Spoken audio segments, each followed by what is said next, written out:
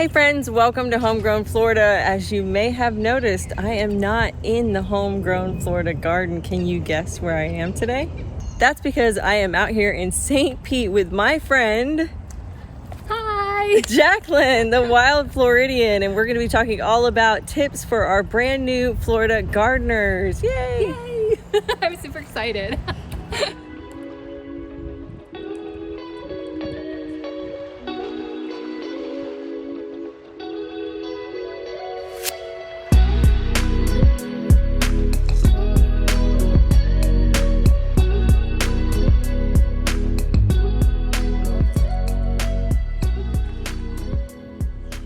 Welcome, Katrina, to the Wild Floridian homestead.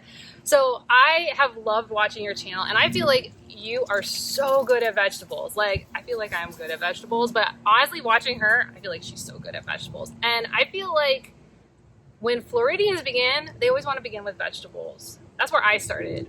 Oh, well, that's where I started. But my very first plant was a pepper plant. It was like a jalapeno, which is funny because if you've seen my videos, you guys know I don't eat spicy food. But even better was it was a pepper plant that I tried to grow. I believe I started it in like November. Yeah. And it froze to the ground, and I thought, oh my God, I'm such a terrible gardener. Similar, completely similar. I was like, it's July. I found a packet of seeds that said 4th of July tomatoes, and I'm like, clearly supposed to plant in the high heat of summer, in the fullest of sun, because that's what you do with vegetables. I mean, it's tomatoes. It's tomatoes. And so it was sad, it was shrivelly, it was stressed, and I was like, gosh, I'm not a good gardener. Oh. Well, I feel like that's what a lot of people do, right? Their first crop, they just totally fail at it, and then they're like, oh, it's not that I don't understand things, it's that it's me. What do you feel like are the first things people need to know if they want to start a vegetable garden? That's a perfect point, and I think in Florida it is like the absolute #1 point, which is that you grow at different times. You guys have heard me harp on this so many times. We don't grow when our northern friends grow. We grow the complete opposite time that they grow. Our big season is what do you say, like October to March? Yeah. We can technically grow all year round. But for the classic crops, the things that you usually think of when you're a beginner, like the lettuces, the tomatoes, the peppers. You had some good broccoli I saw on Instagram. I was like, that is some good looking broccoli. I was like, dang it, Katrina, you're doing really good. I need some of that. Well, your lettuce is killing mine big time. That's my Home Depot lettuce. Hey, I made it work even from a big box store. Yeah. It looks amazing, by the way. I mean, gorgeous green. I'm getting kind of garden jealous up over here. No, look. But that's the thing, right? Is you get good at certain things differently. You are very Brassicas. When I watch, one, I didn't even know kohlrabi you could grow here in Florida. I thought only Alaska or really northern places. Really? Because the first time I ever saw kohlrabi was on Simple Living Alaska. Oh, yeah. And so I was like, oh, this must be a cold weather crop, not a grow in Florida. And then I saw something on your channel. I was like, oh, you can grow here. Absolutely. I don't know. And it tastes like crunchy broccoli. That's what I love about it. And the other cool thing about kohlrabi, I'm not going to jump subjects here, but kohlrabi is one of the brassicas that will start the earliest and will last the longest into the heat. So if you want your brassica fix, you can grow kohlrabi way longer than you can go broccoli or cauliflower, which is crazy. So if they start then the opposite seasons, if you were a beginner, now knowing all the things you know, now knowing all the things I know, when would you start? When would you think would be the best time to start for Floridians? So there's 2 times a year that are pretty exceptional for starting seeds. We're going to talk about transplants in just a second. But for starting seeds, I always try to remember these 2. Okay, the first one is August. And I know that because my birthday's in August. That's how I remember. And then the second one is February because Valentine's Day. That's exactly we didn't why. even plan that. That's exactly why. Birthday and Valentine's Day. So if you have something in your calendar that makes you remember August and makes you remember February, that is the time when you want to start planting. So August, you're going to start planting warm weather crops, your tomatoes, your cucumbers, your peppers, and then in February, you kind of want to do the same.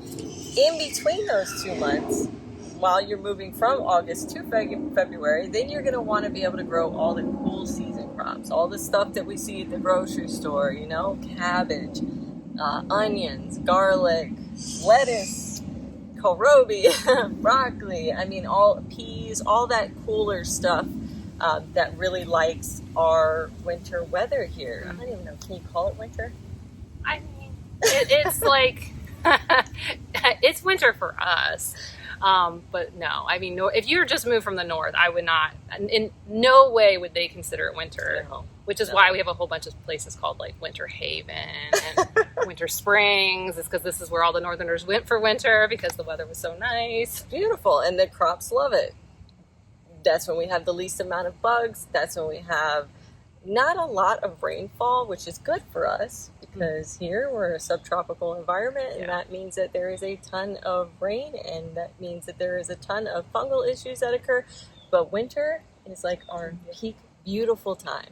All that is down. Everything grows well.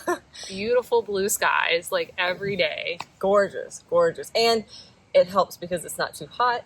Yes. So we enjoy our time in the garden. Yeah. I always say, like, that's when you do the big projects. Don't be like me, because many years I'm like, it's July or August. Let me do a huge project, and then I'm dying. And I drag my husband into it so that he can die too. Yeah. I commend you. I see you doing all these huge projects, and I'm like, nope, that's my January, February time. That's when I do my projects. But that's the thing, is like, I go big, and I don't feel like that's a great place to start as a beginner. No. I feel like that's really overwhelming. If you're just like, I mean, like, I'm talking about you're buying that first seed packet, you're buying that first plant. Like, how big would you start with a vegetable garden? So in a lot of my previous videos, I talked to you guys about setting goals and setting SMART goals. They're specific, they're measured, they're attainable. These are goals where you can be successful and you're going to feel like you're actually making progress in the garden. If you set a goal that I want to do like what Jacqueline's done here, which is absolutely beautiful. I love it, by the way. Great job. Thanks. You're going to get overwhelmed if you're a new gardener. Yeah. You know, it's too much. Grab you a couple pots. Grab your favorite thing that you like to eat, whether that's salads, whether that's tomatoes. Maybe you're like me and you're just obsessed with broccoli. Really obsessed. Start there. And I would strongly encourage new gardeners to maybe not start with seeds. I think seeds are really great and they're very economical. And once you get the hang of them, you'll probably almost never go back to transplants. Well, I say almost. I love pepper transplants. They're too finicky for me when they're little.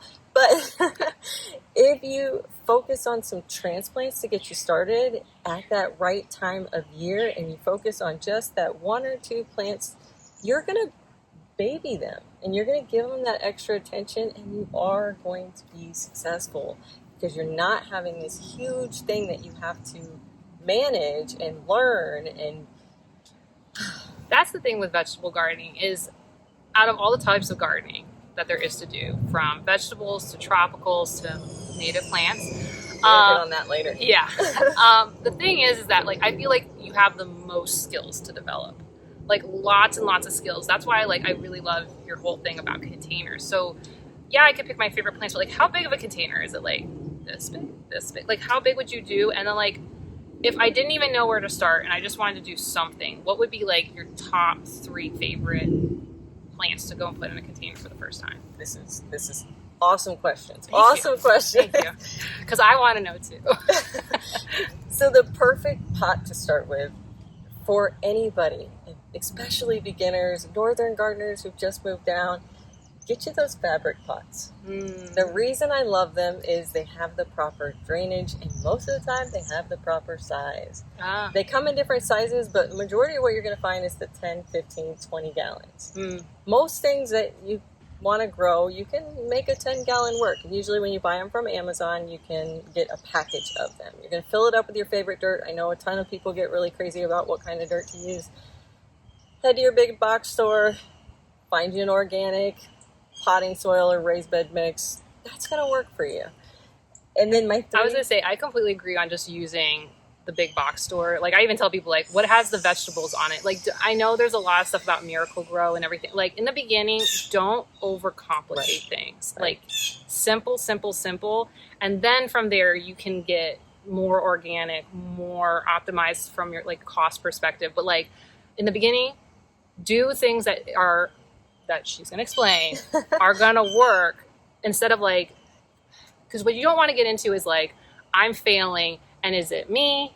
Is it that you want to minimize how many things you got to figure out. So just like I use Miracle Grow bags all the time. Yeah. I just grab it and just chuck it in. No shame. It's expensive, but like if you're doing a 10-gallon pot, like we're not talking about thousands and thousands of dollars. No, I mean 2 10-gallon pots of the fabric pots. You can probably get one of the big. What is it? A cubic?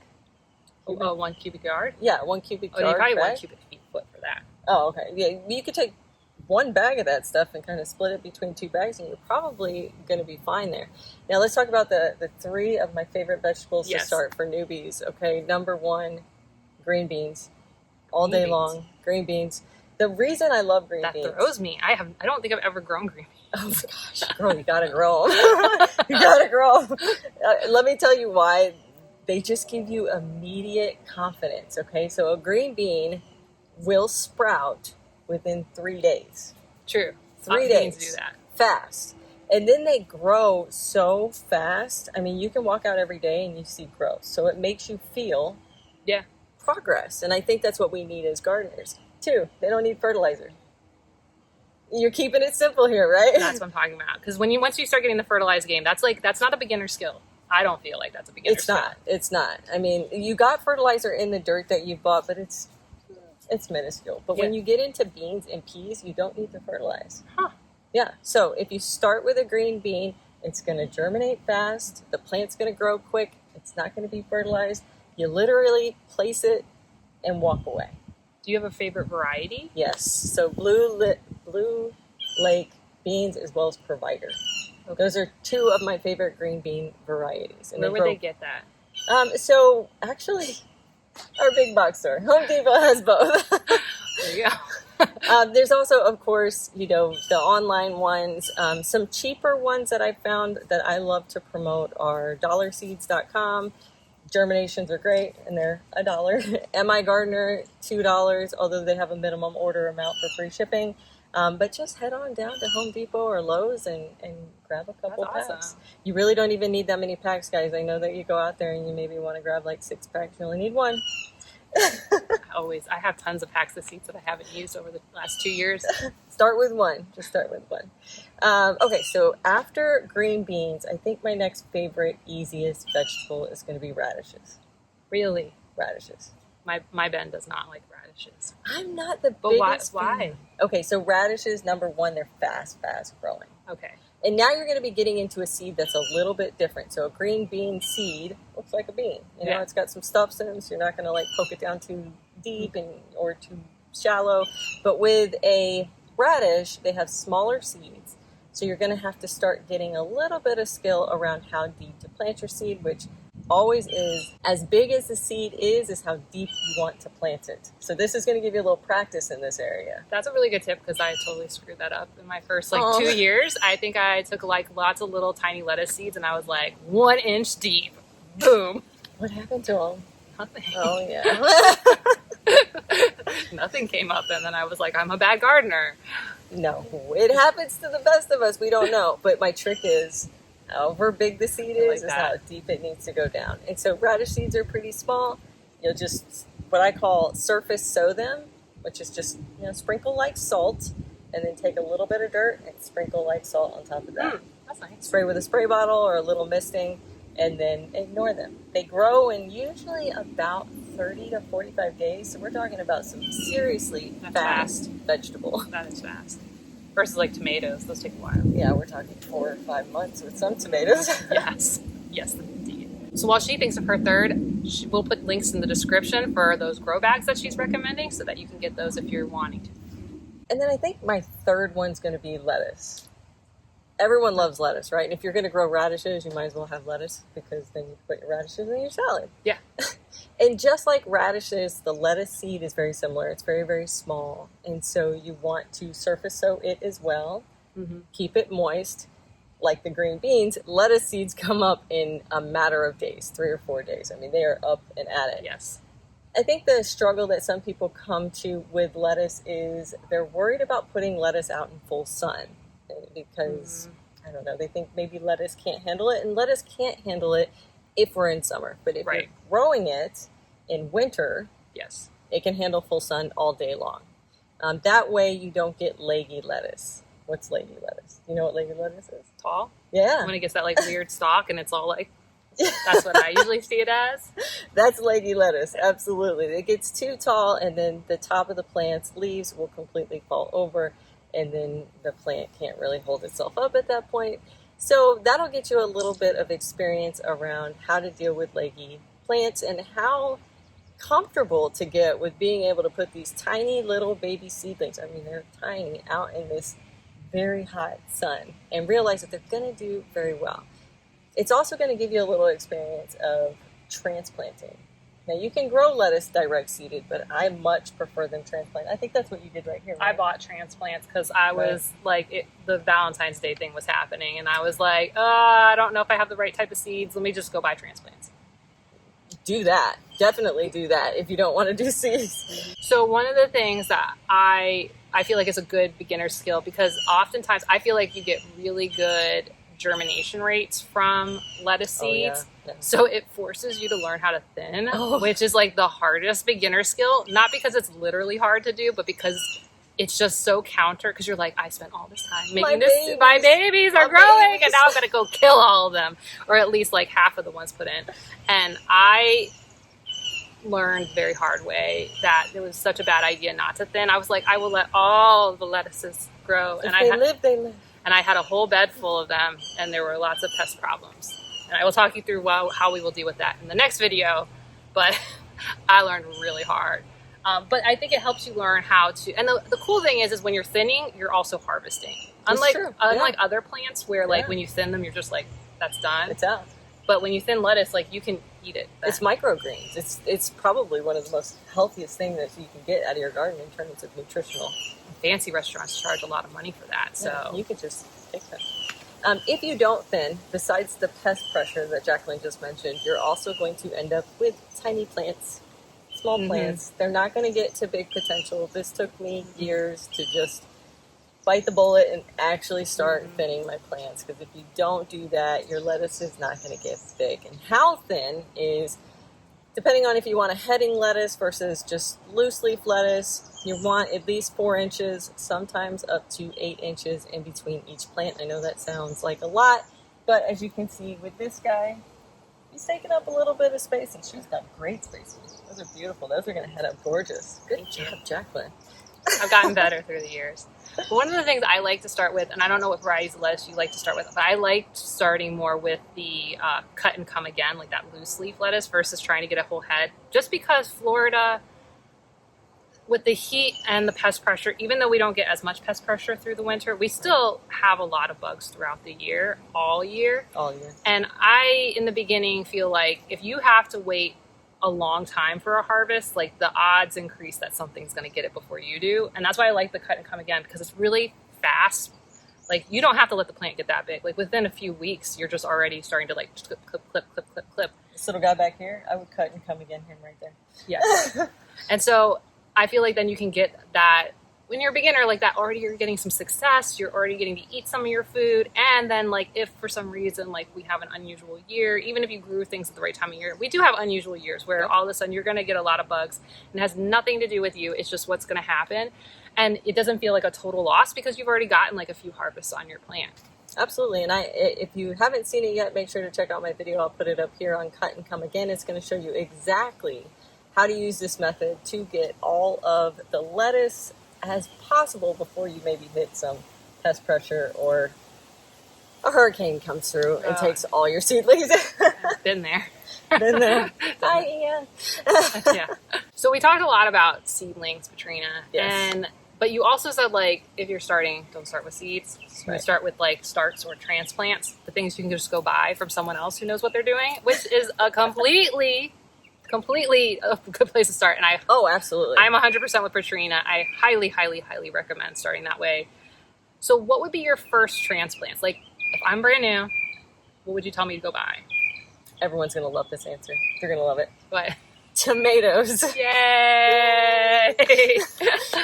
Okay, so we all love tomatoes. There's not a gardener that I know that doesn't grow and love tomatoes. Yeah. I mean, I think I read an article once where it's like the #1 plant to grow in a home garden.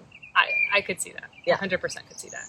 But tomatoes, especially tomato seedlings, they are tough. Yes. They are tough. Yeah.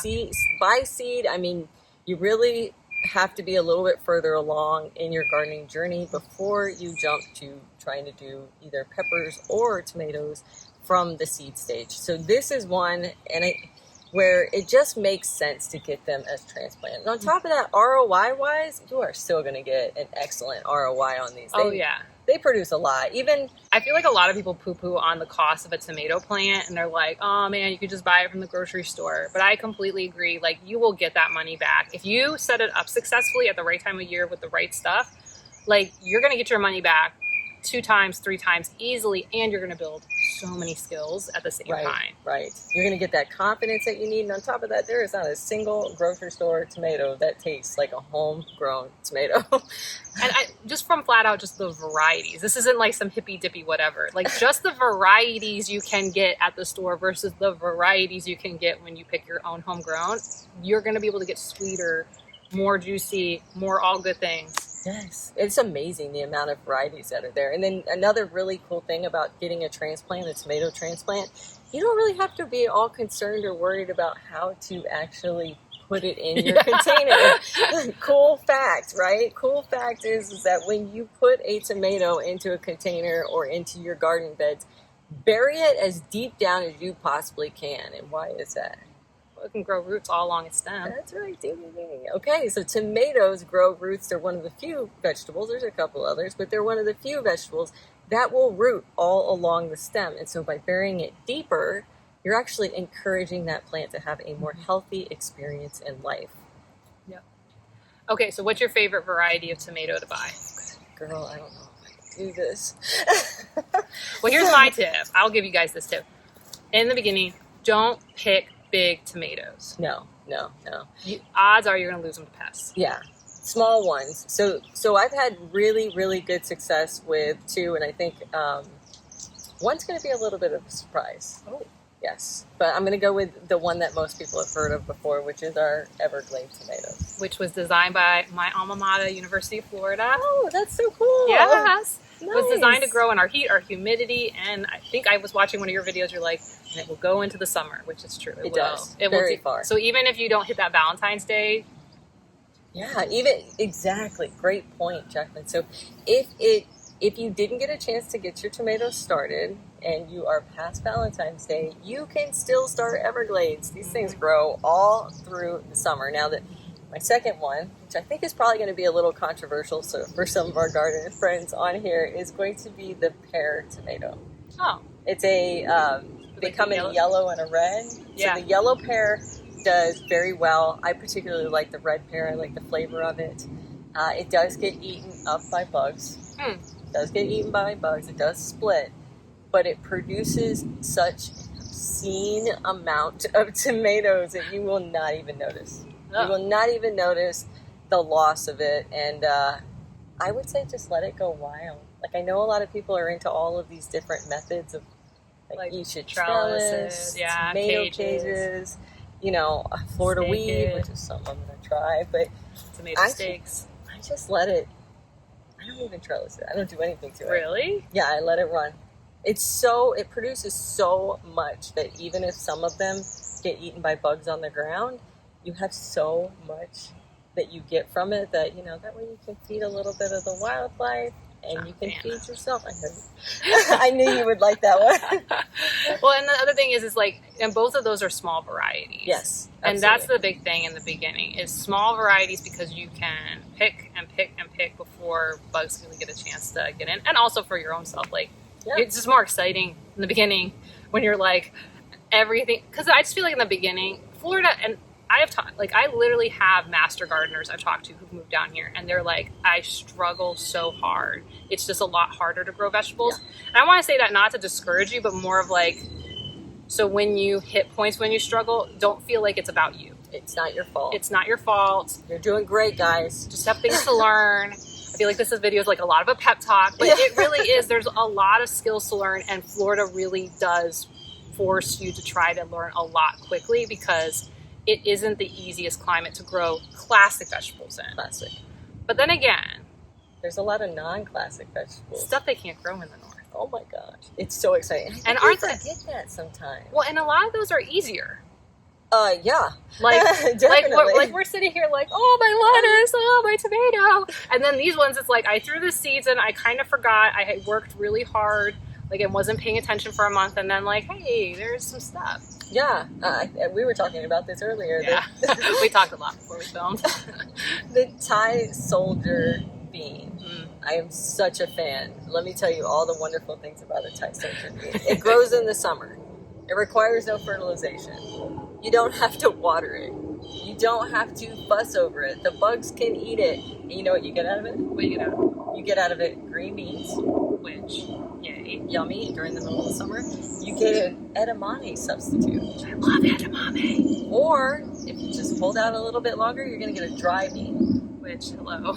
Soup, stews. Yeah, all that wonderful, wonderful stuff. That's what I call a win-win-win plan. Oh, let's add one more win. Oh, what's what? Once it's done, chop it all down, lay it in the bed. It's a natural biomass type nitrogen fertilizer for your soil. So this would be one of your first fertilizers you try. Yes. As a yes. Perfect. Yes. AKA chop and drop. Chop and drop. That's exactly what it is. Did you hear that? Yeah. Chop and drop is great. It's going to make your garden look a little messy, but it's great for the soil. It is producing so much nutrients for the soil, and this plant is perfect for it. Also, you don't necessarily need a trellis. Oh, that's nice. It's a bean variety that it'll get kind of bushy and straggly and stuff like that, but it will just grow. But you could still put it in like that grow bag. Oh yeah, absolutely. Which that again, like we'll talk about trellising, but like start simple. Start your first season or two, just like grow bag. When it, I'd call it like keeping your crazy in a box, but I mean you can make it circular too. But the thing is, in the beginning, you kind of like. I love that. Because your neighbors will be more. Because I think that's one of the things is sometimes like the best place to grow your vegetables is the front yard, which is what I do. And now I've added to the backyard. But when it's contained in something, your neighbors will feel a lot better about it. Yeah. So that's why I say always keep your crazy in a box. You don't have to, but you can also move that box around, right? So if you figure out, if you don't know the sun of your area, you can. It's a container. You can move it wherever you like. So you'll really get used to understanding how much sun coverage you have in your yard. Yeah. Whether other trees are casting a shadow down on, and so it's going to help you be able to get used to that. And also, if you live in an area, maybe up in our North Florida friends, you can take them inside if the weather starts getting a little too cool. Well, and the other thing is, and you don't need to learn this as a beginner garden, the sun shifts, so your shade shifts throughout the year. And that's why having a container that you can move around as you kind of figure things out before you build a whole shenanigans like me, like move it around throughout the year so that you get those crops. And then that will help you start to figure out like, okay, if you do want to do something bigger, this is the area I kept. Like once I moved it here, I didn't have to move it for summer. I didn't have to move it in spring. It was still good in winter because winter casts a lot of shadows. That sun gets pretty low. Yeah. And areas that I'm totally fine spring through fall, I am not fine in winter. Right. At all. Right. Like it's bad. It's like really bad. I have the same problem. Actually, when I moved into my house the first time, I came in with all pots. Yeah. Mainly because I knew I was going to be moving. Yeah. But thank goodness I did, because I swore up and down I knew exactly where the sun was going to be, and then winter rolled around, and I was like, where's my sun? Yeah. So start with containers. Yeah. Keep your mess in a box. Keep your crazy in a box. Keep your crazy in a box. So that's a lot of our advice for those beginner gardeners, or those maybe not even beginners. Maybe those of you who moved down here from a northern garden, just getting used to our climate here. But what's the next step? What do you think? Well, here's the thing. Is one of the big things I see with a lot of beginner vegetable gardeners is they're freaking out over the pest pressure. So true. They're everywhere. And without having a lot of skill, what I'm going to show you in this other video is how we're going to move from thinking of wildlife as pests and more as friends that are actually going to help you increase yield and take down the bugs that you don't want to have in your garden.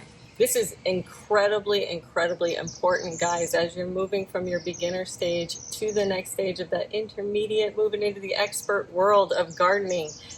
You gotta love bugs. Yeah. The bugs are what really help our garden really grow. So if you've had experiences where maybe you did grow a plant and the yield was not what you expected, I think you might be missing out on our pest friends. Yep. Keep watching, because I'm going to put a video right up here on Jacqueline's channel, the Wild Floridian, where she's going to talk us through how to attract that Florida wildlife to your garden so it can move you up to that next level. Yay! Bye, guys. Thanks so much for watching. Happy gardening.